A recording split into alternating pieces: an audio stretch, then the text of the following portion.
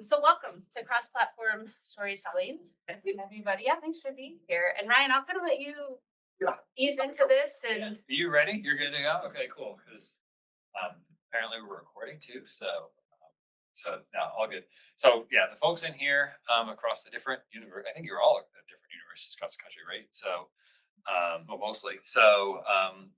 We're here for a conference called Me&You, which Gary right here could probably tell you all about. And I think after my talk and after a wonderful time, there's pizza somewhere, right, Gary? You know this better. Down the rotunda. Yeah. Yes. And there's another talk. Open, So yeah. you know, Open area, open push oh, button, right. pizza, Pizza and talk. So yeah. So thank you for coming. To everybody else, all of you else can come. Um, right, I think, right.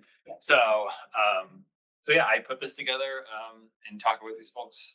Gary, the organizers, right. One of the goals here, I think, was to appear in classes and talk with folks and kind of share my perspective on things. Then you're probably like, who the heck is this guy, right? Which is like great question. So yeah, so as Amy talked about, I'm Ryan Restivo. I was a 2022-2023 Reynolds Journalism Institute Fellow. RJI is located at the University of Missouri, which isn't represented here right now. Through the Missouri. Oh, sorry. There you go. There we go. 2011.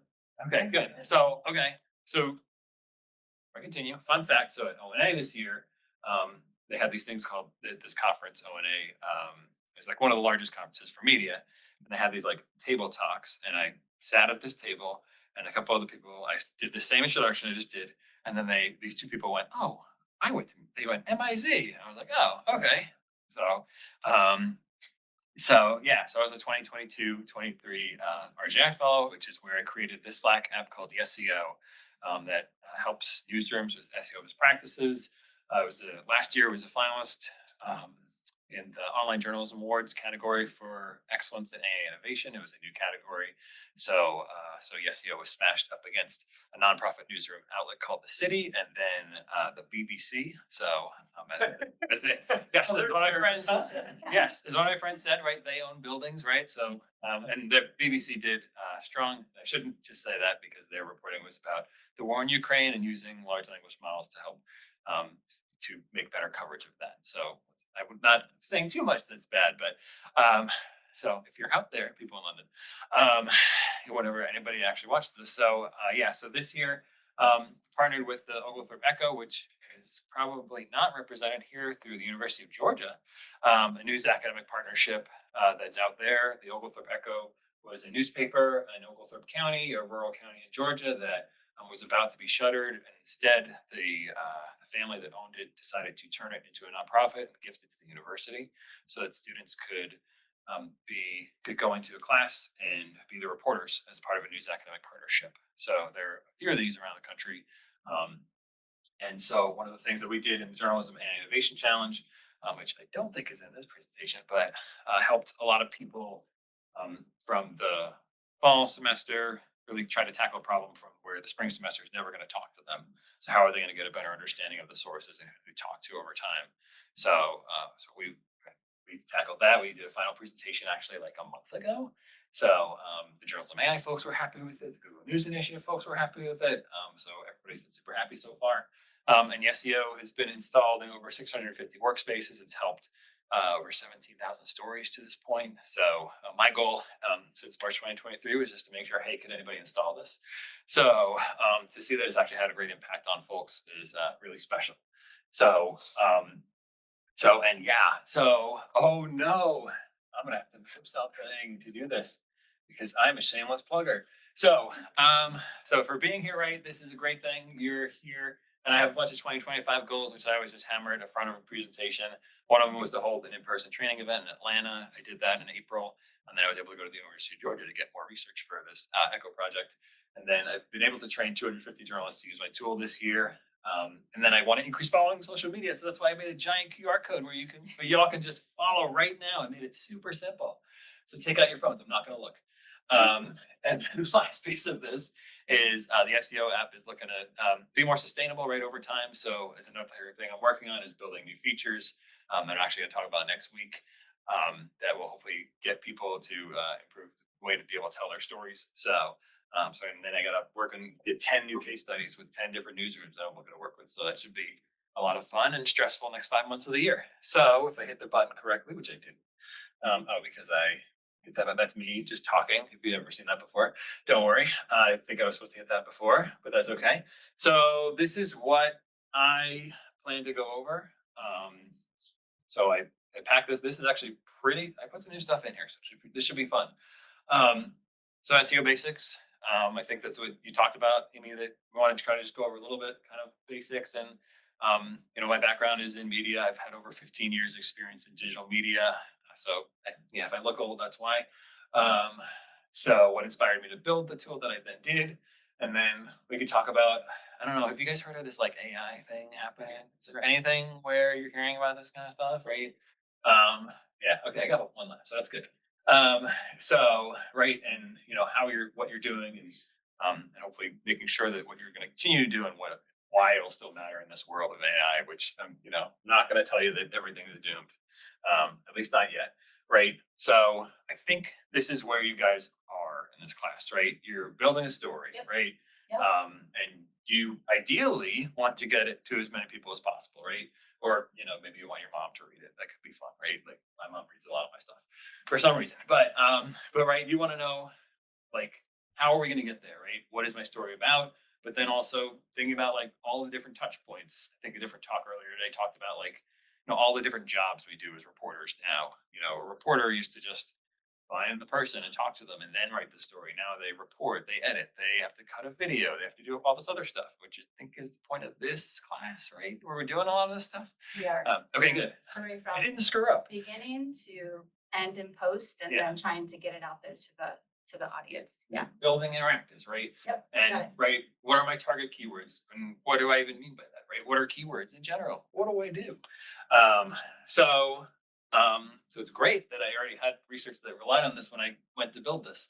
So in the work I did as an RJI fellow, one of the things that I tackled in one of the first couple of months was just like, why should we care about search in general? So then I just said, hey, I have a great resource. It's something I wrote almost 3 years ago. So these are just a collection of quotes, and I have the source, which is my own thing that I wrote. Which I shouldn't pat myself on the back too hard for that. But these are just all of different perspectives from people. And one of the things that I enjoyed the most as an RJA fellow and beyond is just doing qualitative research, which qualitative is just asking people questions and saying like, hey, what do you think about this? Okay, well, why do you think about it that way? Like, what do you mean by X or Y? And then you can just kind of dig even deeper into what these things are. And those are tools that, that you guys probably already have in your toolbox when you're going to be a digital journalist, right? I think that one of these had a curse word, I think, in it, but then I had to change it. So that's one of the things in there too. I like to think about what is the second one really, right? I know that as I'll out myself, an elder millennial, I guess is the case, that my news consumption habits are probably different than a lot of yours, right? So when I think about, I think when you think about getting your story out there, think about the audience that's going to get to it and how they're going to get to it, right? So somebody that might get the story by going to a social video platform, I assume, like TikTok or Instagram stories, or I was going to say Facebook, but Facebook is the thing that us millennials use to post pictures of our kids and our parents use to watch videos of their grandkids, I assume now, right? Is that really true? So, so I don't know if that's necessarily what you guys use, but think about what your habits are. Think about how you get your information. Think about how, when you're putting your work out there, how other people are going to receive that too. And I think that it just works just as well for search as it does for what you're trying to get out there too. So, and yeah, and like this idea that like, hey, I think that it feels abstract for people. A lot of time people, and these are all people in the industry. So they're all people just trying to understand. They're editors or audience editors who talk to me and they're just like saying, hey, like I'm trying to convince a reporter to understand why search is important. And this is also, I'm trying to convince a reporter in the fall of 2022 why search is important. Search is still important, but it's still trying to get them to figure out, hey, this is the time that you need to take to help somebody get to your story. So I encourage you to think of it in that way, right? And this one, like the SEO heads, right, are probably the thing that they have the most control over and can make an impact, right? A lot of times, depending on what kind of newsroom you go into professionally, depending on what type of newsroom you're in, sometimes an editor will write your headline for you. Sometimes that won't be great. That might happen at a larger legacy publication, but other times the reporter will be doing those kinds of things. And the editor will be saying, oh, well, maybe it should be like this in service of the job, right? So that's what I kind of think of when I think of like why searches, why do we need to care about what's important? Sorry, I didn't realize that my screen sharing is paused. That's okay, right? Technically, we hope so. We'll fix it in post. All right, so right, and then this was one of the other pieces of research that I had that was really important to me that I use in like almost every presentation. This quote I got from somebody, I think he's in Boston now. And yeah, it goes like this, right? The headline is the most important thing that a journalist has power over to make sure their work is read. So like I could have just led with this one and not the other four. But yeah, bold is emphasis mine, right? So I think about, right, how do we put the headline at the center? I'm not sure if I have, we're going to see if I have something related to that at the end. Yeah, okay. So hopefully I did this right. Focus on the headline, right? So yes, all right, super. I planned correctly. So one of the things that I talked about very early on when doing research for what I built as an RJI fellow, I talked with an audience head at a very large paper. I'm not going to out him because we're live or we're being recorded. So what he talked about was thinking about this context of how you build keywords and stack them over time. So everybody's familiar with keywords, right? You're searching for something and what you want. Like, I want to look at restaurants in Iowa City. Where am I going to go to eat tonight? But I might just start with restaurants and then hopefully narrow down from there. But his thing was to say, hey, look, like you have to think about it as put that. I'm doing a terrible job of this. I was good at, I know. I'm not like contextualizing. Put it at the center, right? So like think of what you have here at the center. Like right now, the headline for this experience is at the center. But if you're thinking about building keywords, think of it in the context of what keyword is at the center. And his example was a very simple one, but this will help you out. His example was the Super Bowl, right? What do? If I have the Super Bowl as the center, where else do I go from here? Well, what teams are in it, right? Who's in the AFC? Who's in the NFC? What about the NFL playoffs, right? What time does it start? Who does the halftime show? And I've built things that relate, and I'm just drawing it with my hands, but all of those things relate to each other and relate back to each other. And that's how we build on how we're going to create keywords that matter. And then we're going to link them to other things that'll matter too. So using that framework, I thought about how the headline would be important to what I wanted to build, right? So you could see, right, is my story actually about the keywords in my headline, right? How can we test and prove that? So had a good talk with somebody who was at Northwestern, now retired, but what they said was, hey, can't we just like count the keywords in the story and then compare them to the headline and see whether or not it will actually be about what we're saying, right? We don't want to tell people in a headline something that isn't actually what they're going to go read, because then they're probably not going to have a good experience and they're going to turn away and reject it. And that's going to give a signal to Google that somebody didn't actually get what they wanted from the story that they then went into, which will hurt us. So we're able to do that, right? So we're able to count and just compare it, figure it out, right? What trend data can I draw from keywords in my story, right? Can we take those keywords? Can we learn about it? Now, Google Trends is a great system. It's free for everybody to use, right? To think about what keywords are out there, what's being searched in the market, and get a better understanding of what's happening, right? In like a state or a country or even a local media market level, you'll be able to figure that out. What keywords are my story? Kind of very similar about some of these other ones. Maybe I should have started with that one, but also how can I improve it, right? What can I do to make this better? Which we kind of get into later. Which we kind of get into because the next slide is about what I built. So how somebody gets their information in my tool, YESEO, is somebody enters their story. It's as easy as copy and paste. For me, I wanted to build tools to help people to lower the barrier, to get them to do their jobs better and faster. So ideally, that means just trying to do as few things as possible to get there. They can tell me, hey, where are they from, right? Are they in Iowa? Are they in Iowa City? Are they in a different market? Put place at the center and then figure out how current their story is. Maybe it's something that If it's about a fall festival, it's relevant now. If it's about last year's fall festival, it's probably a little further less relevant. So what they do is they get a report, and they get a report back that says, hey, this keyword has been mentioned X times in your story. And this one, and this one, and this one. And this is one where it was put in before publishing. So in my wonderful tool that I'm kind of just semi-advertising for right now. Sorry. I didn't even mean it that way. But they can put it in before publishing or after publishing by sending a link. They will be able to see how many times their keywords have been mentioned in their story. They'll be able to see this wonderful line here, kind of Vanna White style here, that when somebody enters a story in, that we can analyze how many characters the headline was, and then we can average how many characters the description was. And then we actually can just take that data and give that to people over the thousands of stories and say, hey, look, here's a best practice. Maybe if you didn't know, the average headline I have here is over 60 characters. So if somebody says, hey, I want a 120 character written headline, you're going to say, are we like writing, what kind of style are we writing headlines for? And maybe it doesn't match what we need to do. And then, right, they can share with somebody else. They can check out the keywords and get some data on it from Google Trends, and they can use those kind of large language model things that I maybe talked about before, that I'm sure we have to go over at some point. And then, yeah, this is a similar one, right? And a lot of the times, these users, they love clicking this button right here, suggest headline. So, yeah, for some reason, they love it.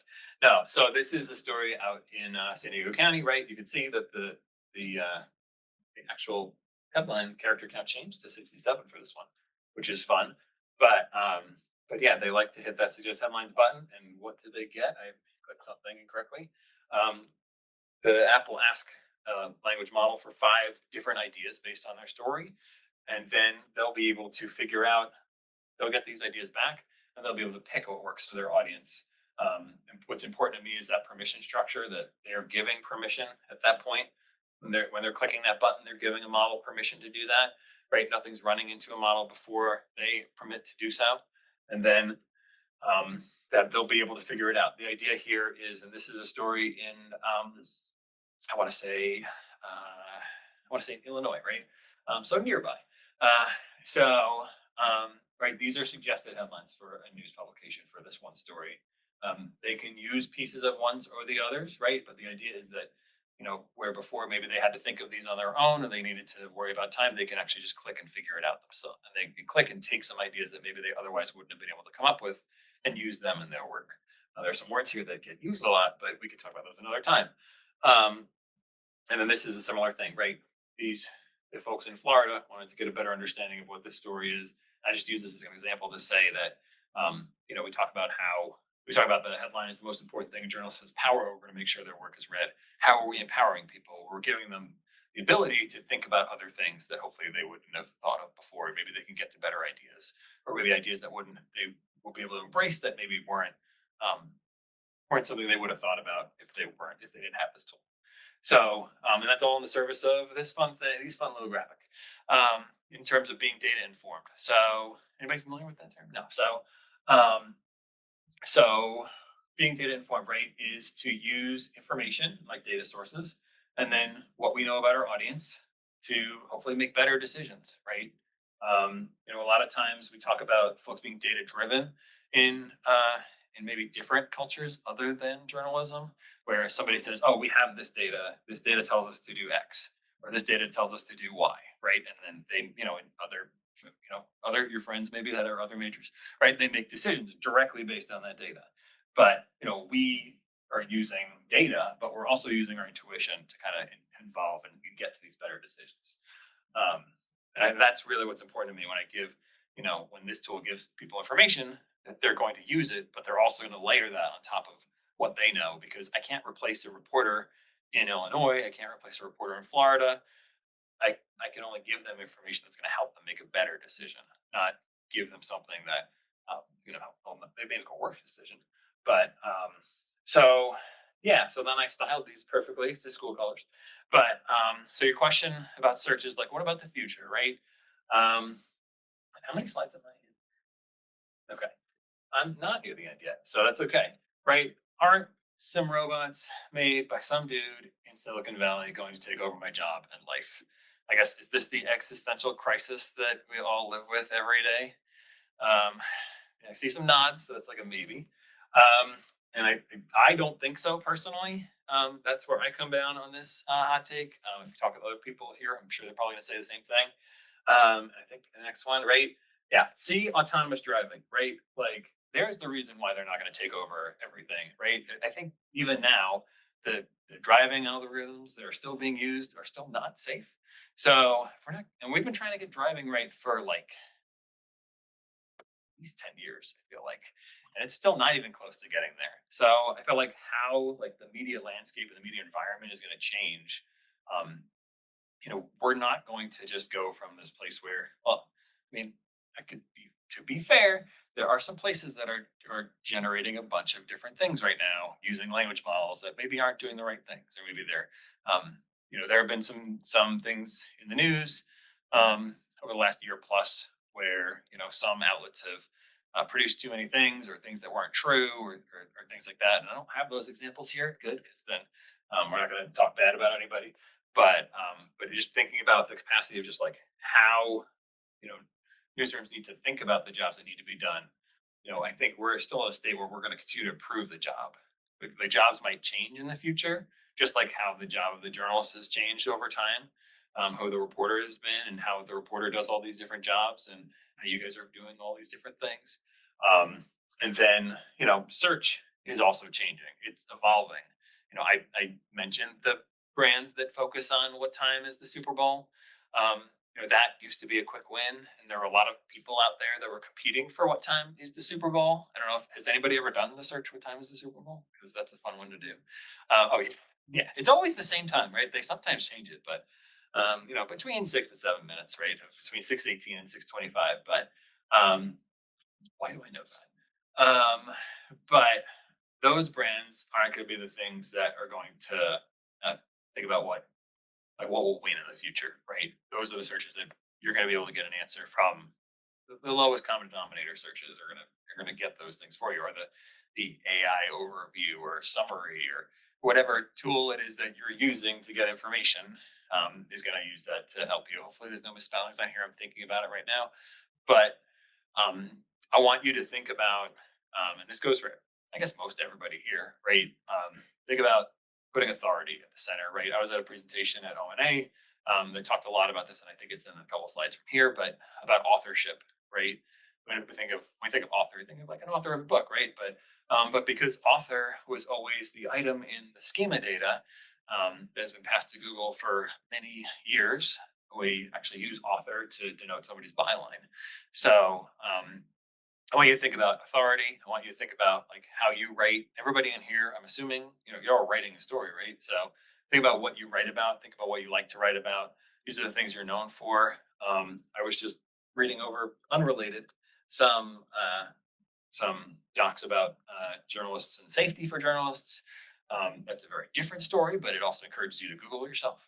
Um, but think about like if somebody's going to find who you are on the internet, what are they going to find that you're talking about? Who are the people that you're talking to? What is the type of reporting that you're doing? Is it specific to a specific topic, or is it sometimes more general? Right? You're going to see that in terms of how your reporting kind of works. Who are you? Right? The sources you talk to, what else you cite, those are different, right? Because you want to cite other articles, right? One of the things that early search is built upon this, but it draws from academia, of course.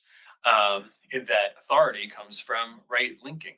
When you put somebody else's link into a story, into your story, you're citing that story much like you're citing it in an academic journal paper, which we all love to read, right? I'm sure everybody in here is putting academic papers into large language models to understand what they say. Has anybody done that before? You're not gonna get in trouble. Oh, there we go. I saw one hand raised. Right? Like, what is this person really saying here? But that idea of citations is important, right? So if you're building, because you're building upon somebody else's reporting, you're building, you're taking somebody else's points and you're telling your story, but it's a version of this other reporting. And how does that improve it, right? That's why in so many stories, you see, hey, there's a story linked in this other paragraph, or there's a related story to this when I scroll down, and then they're trying to get me to click on some pop-up ad. But that's different. And then, yeah, just how reputable your brand is, right? You're everybody in here is brand. You think about creator journalism being this space. We've all kind of been creators over time, and we all need to kind of think in that context moving forward, right? About who you are, and what you're going to be about. So just think about all of that when you're writing. If reporting is something that you want to do professionally, these are the things you need to think about. This is focusing on things that are unique. This is the thing that will win, right? Things that are unique that people will find useful. The framework, this is the actual Google framework, right? EAT. It used to be EAT, EAT, and then they added E for experience. An extra E because why make things easy? Experience, expertise, authoritativeness, trustworthiness. Experience was added last. And that was added a few years ago, right? And what do we kind of mean by that, right? So what is keeping somebody on your site for this story, right? Experience is what we talked about, right? I kind of get into this, right? What are the things that are keeping them there, right? What are their photos? What are other ways for you to tell your story? Because Google's signal, right, is I got something. I searched for something that I wanted to know, and I got it, and then I stayed on the page for a long time, right? Or I left quickly. If I left quickly, it means I didn't get what I wanted. If I go to the page and I actually get the thing, then great. And then interactives are another element of that. So this screenshot here, which is very fear mongering, I know. It comes from a presentation I did last month at ONA. It was a vibe coding session. I don't know how familiar people are here with vibe coding. Anybody? No? Okay. Oh, well, yeah. All right. So I'll try to explain it. Yeah. So to try to use tools to build something, try to build an application where maybe you just didn't otherwise know how to do it. Right. It's kind of like I forgot the exact context. I saw this quote from Simon Willis, and I'm forgetting exactly what it said. But it's more like I want to take my hands off the steering wheel and let this thing drive and see what happens. And a lot of times it will drive and it will crash right into like a certain ditch, and then you'll have to re-steer it and tell it to like actually more to the autonomous driving example, to kind of re-steer it and drive it in that way. But in this scenario at ONA, one of my examples was to use a climate example because we were in New Orleans at peak hurricane season. Luckily for all of us, there was no hurricane nearby. But one of the things I wanted to do was take data from the National Oceanic Administration. Oh, I got it wrong. From NOAA. There's an extra A. I forgot it was. Atmospheric Administration. And take that and turn it into a story. And then I wanted to turn it into as many interactives as possible. And the last interactive, which is featured here, was a quiz. It was a 5-question quiz using data from the state of Louisiana, PDF that they had on hurricane preparedness, right? So if you were writing a story about hurricanes or the history of hurricanes in Louisiana, you would write this story and then say, hey, like if I just took this resource and tried to create a quiz, then I could build something that my audience is going to help. They're going to get value from this. They're not only going to get value from the story that's in there, but they're going to get value from other resources in there. And that's what I talk about when I talk about interactives and other tools that we can use. We need to figure out ways to keep people on our pages. We need to keep people. There are different ways that people understand our journalism. I'm going to have to just get a drink of water here. I hate to do this. There are different ways that people understand our stories. And I think that's the point of why you're making videos for your stories. You're making a story. You're building interactives for your stories. We're trying to capture all of those different touch points where people understand information. So a quiz is just another layer to that, right? And we're using it and giving people more information to help them understand what they need to do in their day to day. So, okay. Other resources that I like to look at these are real. To learn more, Jesse and Shelby, their friends, they run a community called, and they also have a newsletter called WTF is SEO newsletter. SEOforjournalism.com, shameless plug. And they had a great presentation. They talk a lot about authorship and a lot of other elements in there. And there are definitely other elements to this that I could talk about. And this other guy, his name's Barry Adams. One of the fun quotes I have from him is about AI and how much he doesn't really like it and thinks that a lot of the stuff that's coming out is all BS. I did not say the curse word, so it's okay. SEO for GoogleNews.com, another newsletter to really think about how publishers protect themselves in the AI era, really. And then, tomorrow here. Wow, I'm running a little fast on time. This is not what I thought I was going to do. But here at the university, I'm going to be presenting tomorrow on what I've learned from 60,000 plus headlines. This is not good because this is all I had. So I thought I was going to make a little bit longer than this, but that's okay.